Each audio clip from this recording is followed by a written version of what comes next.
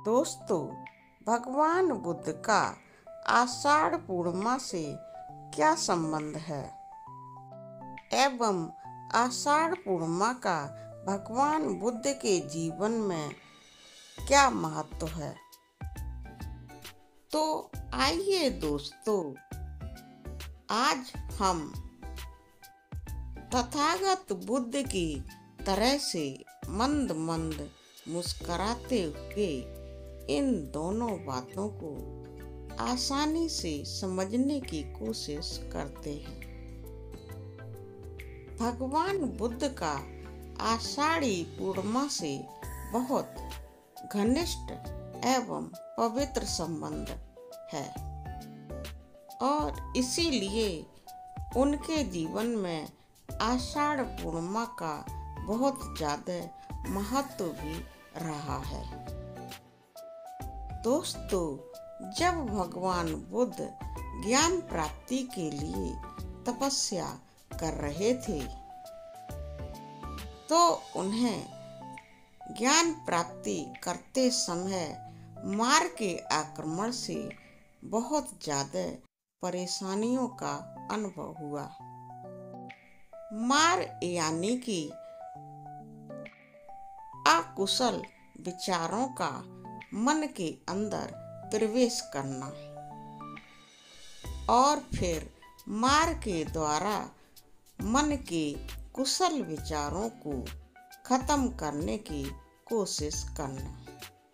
दोस्तों, सीधे सादे शब्दों में अगर हम समझें कि मार का मतलब क्या है, तो इसका मतलब है कि मार हमारे मन में अकुशल विचारों को प्रवेश कराने वाली एक घातक शक्ति है, जो कि हमारे मन के कुशल विचारों को नष्ट करने की कोशिश करती रहती है। भगवान बुद्ध ने ज्ञान प्राप्ति करते समय इस मार नामक घातक शक्ति को हराया। उन्होंने मार को अपना स्पष्ट और सुदृढ़ परिचय दिया।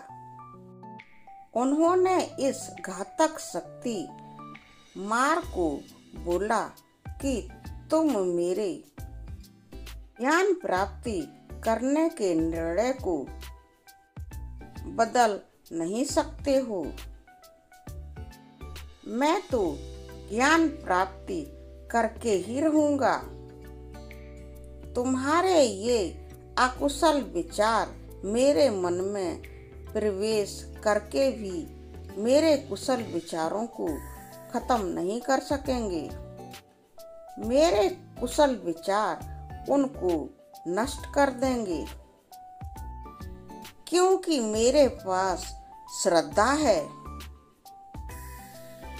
एवं मेरे पास पराक्रम भी है। इसके अलावा मेरे पास दृढ़ निश्चय भी है। किसी भी बात की सत्यता को जानने के लिए तर्क वितर्क करने की शक्ति भी है। तो मार तुम अपनी अकुशल शक्तियों के द्वारा मुझे हरा नहीं सकते हो। दोस्तों, इस तरह से भगवान बुद्ध ने मार को अपना एक सुदृढ़ परिचय दिया और जिससे मार हार कर वापस चला गया। तथागत बुद्ध जिस तरह से समाधि लगाकर बैठे हुए थे, उन्होंने बहुत कठिन तपस्या की और ज्ञान की प्राप्ति की। दोस्तों, जब सिद्धार्थ गौतम ज्ञान की प्राप्ति करके बुद्ध बने तो उन्हें मानव जीवन के बारे में बहुत सारा ज्ञान प्राप्त हुआ। उन्होंने इंसान के मन को ज्ञान प्राप्ति के द्वारा समझा, इंसानों के दुखों को समझा और दुखों को दूर करने के लिए उन्होंने ज्ञान प्राप्त किया।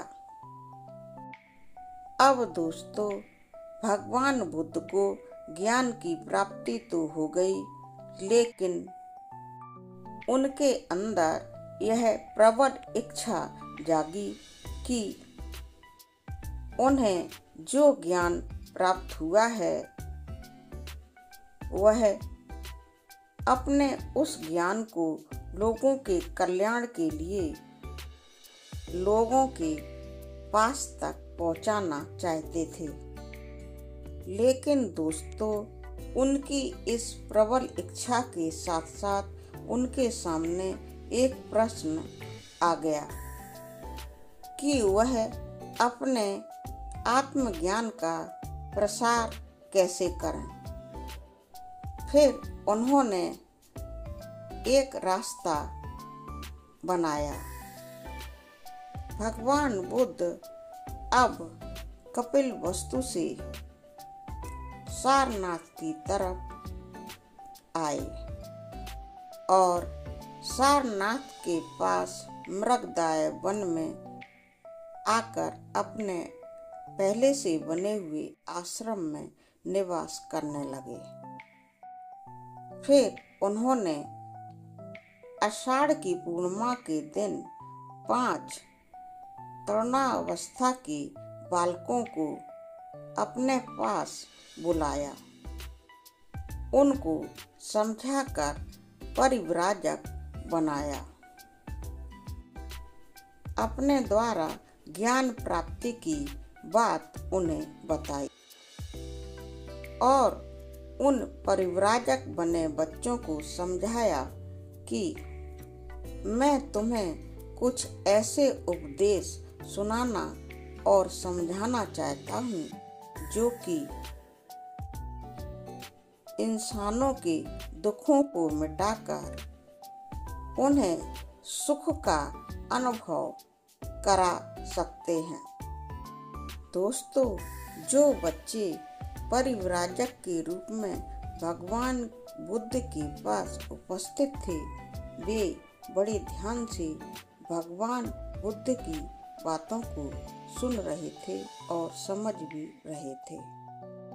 उन्होंने तथागत से निवेदन किया कि आप हमें वे सारी बातें अवश्य बताएं जिनसे मानव कल्याण हो सकता है। फिर क्या हुआ दोस्तों, इस तरह से भगवान बुद्ध की यह समस्या तो हल हो गई। उन्होंने आषाढ़ पूर्णिमा के उसी दिन पर उन 5 परिव्राजकों को 5 उपदेश दिए। ये उपदेश भगवान बुद्ध ने पहली बार सिर्फ उन 5 परिव्राजक बच्चों को ही दिए थे और उन्हें उपदेशों के बारे में बहुत अच्छी तरह से समझाया। वे 5 परिव्राजक सभी भगवान बुद्ध के उपदेशों को अच्छी तरह से समझ गए। अब भगवान बुद्ध ने उन्हें परिव्राजक से भिक्षु बनाया।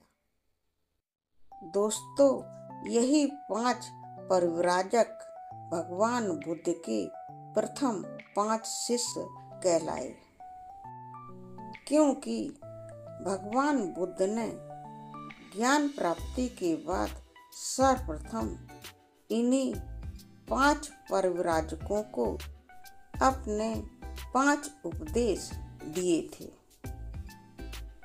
दोस्तों, ये परिव्राजक जब भिक्षु के रूप में चीवर पहनकर बुद्ध के सामने उपस्थित हुए तो बुद्ध भगवान ने इनके ज्ञान की परीक्षा भी ली। और जब भगवान उनके ज्ञान के परिपूर्ण होने से पूर्णतः संतुष्ट हुए तो उन्होंने उन पांचों भिक्षुओं को सारनाथ के आसपास के लोगों को बुद्ध धर्म के प्रचार प्रसार हेतु भेजा।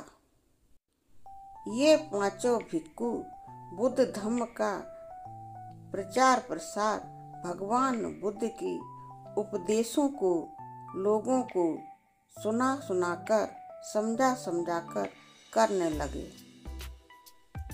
उन लोगों के पास पहनने के लिए चीवर भी नहीं होते थे, सिर्फ एक ही चीवर होता था। उसे पहन करके ही वे बुद्ध धर्म का प्रचार प्रसार करते।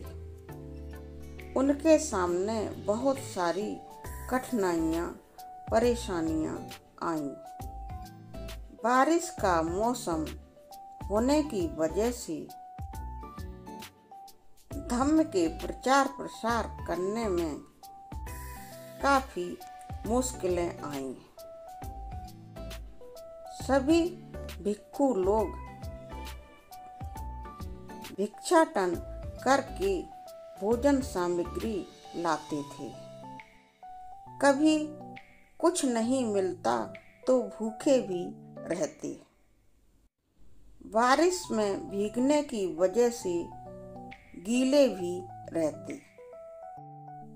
फिर भी धर्म के प्रचार प्रसार हेतु बहुत मेहनत करते रहे। लोगों में बहुत तेजी से भगवान बुद्ध के उपदेशों के द्वारा ज्ञान की गंगा बहाई। सभी लोग भगवान बुद्ध के उपदेशों को समझने लगे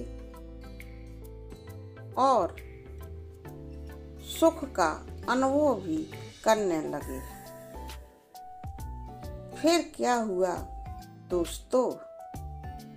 सारनाथ एवं मृगदाय वन के आसपास के क्षेत्रों के जो लोग थे, उन्होंने भिक्षुओं के द्वारा धम्म का प्रचार प्रसार करते हुए उनकी कोशिश को देखा। लोगों ने फिर मृगदाय वन में बौद्ध भिक्षुओं के लिए बहुत सारे आश्रम बनवाए, क्योंकि 5 परिव्राजकों के द्वारा जो धम्म का प्रचार प्रसार तेजी से किया गया तो बहुत सारे परिव्राजक बनते चले गए। धीरे धीरे आषाढ़ पूर्णिमा से लेकर 4 महीने तक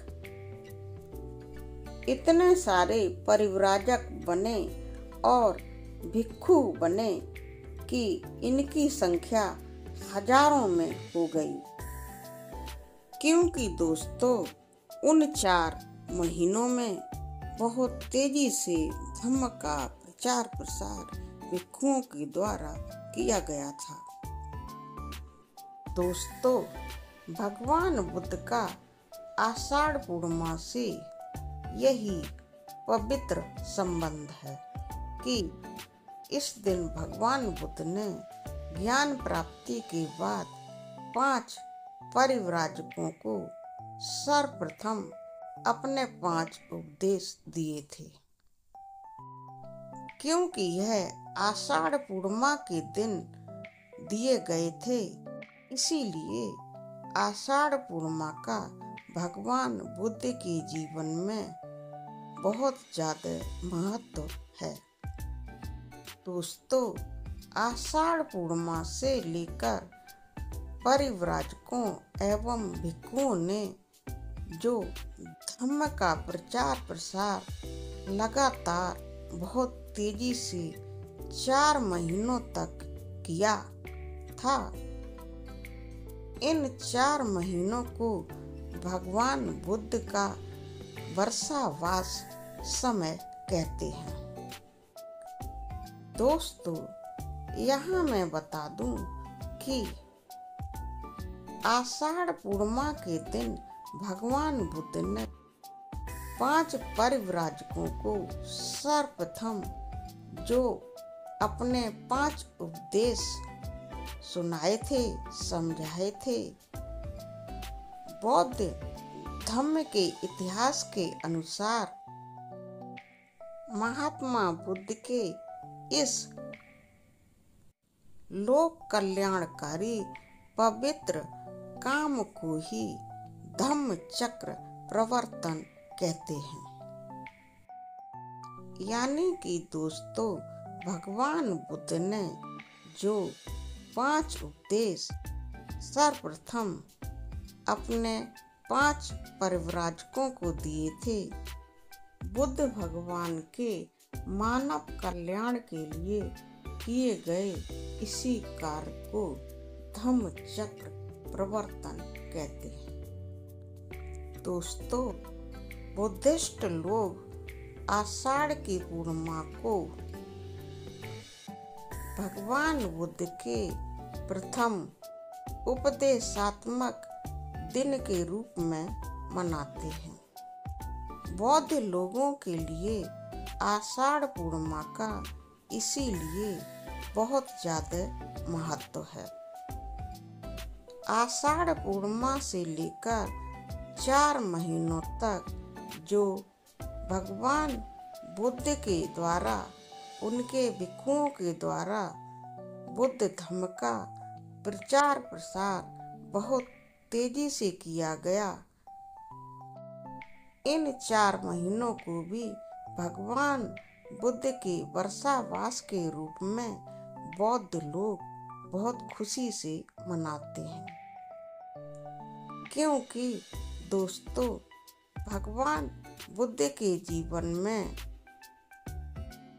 उनका एवं उनके भिक्षुओं का यह 4 महीने का समय स्वर्णिम समय था, ज्ञान बांटने का पवित्र समय था। भगवान बुद्ध एवं उनके भिक्षुओं ने जो बुद्ध धर्म का प्रचार प्रसार वर्षावास के उन 4 महीनों में किया, इसके परिणाम स्वरूप ही बुद्ध धर्म भारत में ही नहीं बल्कि अनेकों देशों में बहुत तेजी से फैला। देश एवं विदेशों के लोगों ने भगवान बुद्ध के उपदेशों को सुना, समझा और उनका अनुकरण करके अपने जीवन में उनको सत्यता से अपनाया। तो दोस्तों, भगवान बुद्ध का और आषाढ़ी पूर्णिमा का बहुत घनिष्ठ संबंध था। अपने 5 परिव्राजकों को अपने प्रथम 5 उपदेश जो भगवान बुद्ध ने दिए थे, उसी कार्य को धम्म चक्र प्रवर्तन कहते हैं। तो दोस्तों, यहाँ पर अच्छे से समझ लें कि आषाढ़ी पूर्णिमा और धम्म चक्र प्रवर्तन का आपस में एक ही संबंध है और बुद्धिस्ट लोगों के लिए इन दोनों चीजों को आषाढ़ी पूर्णिमा के दिन बहुत खुशी से मनाना चाहिए। बस दोस्तों, देखना पसंद आने पर चैनल को सब्सक्राइब कर लें। नमो बुद्धाय, नमो धम्माय, नमो संघाय।